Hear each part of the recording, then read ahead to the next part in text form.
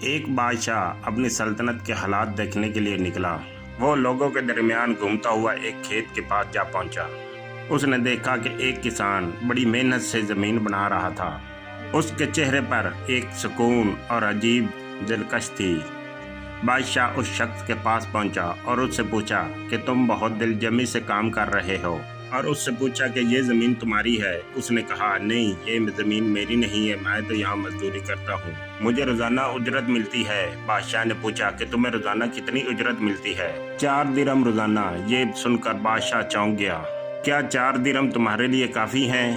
تو کسان نے جواب دیا، الحمدللہ، میرے لیے یہ 4 درم کافی ہیں اور میں اس سے راضی ہوں۔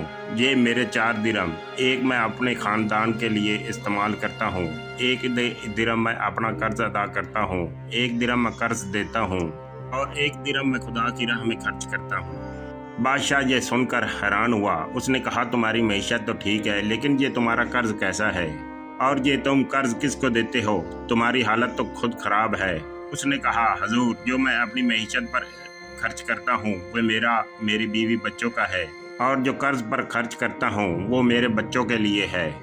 میں انہیں پالتا ہوں، ان پر خرچ کرتا ہوں، انہیں تعلیم دلواتا ہوں اور ان کی پرورش کرتا ہوں، تاکہ میں جب بوڑھا ہوں تو وہ میری خدمت کریں۔ اور بولا کہ جو میں قرض ادا کرتا ہوں وہ اپنے والدین پر خرچ کرتا ہوں، کیونکہ انہوں نے مجھے بچپن میں پالا ہے۔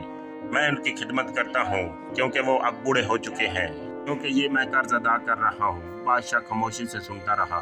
بات ابھی ختم نہ ہوئی تھی اور آخری درم جو کہ اس نے کہا تھا کہ میں اللہ کی راہ پر خرچ کرتا ہوں، میں کسی بوڑھے پڑوسی یا کسی غریب کو یا مسکین کو کھانا کھلا دیتا ہوں اور ان کی خدمت کرتا ہوں۔ اور بادشاہ یہ سن کر حیران ہوا اور کہا کہ اصل دولت تو اس کے غریب کسان کے پاس ہے جو اس کے دل میں ہے، اور کہا کہ تم جیسے ہی لوگ بھی اصل خوشی کے مستحق ہو۔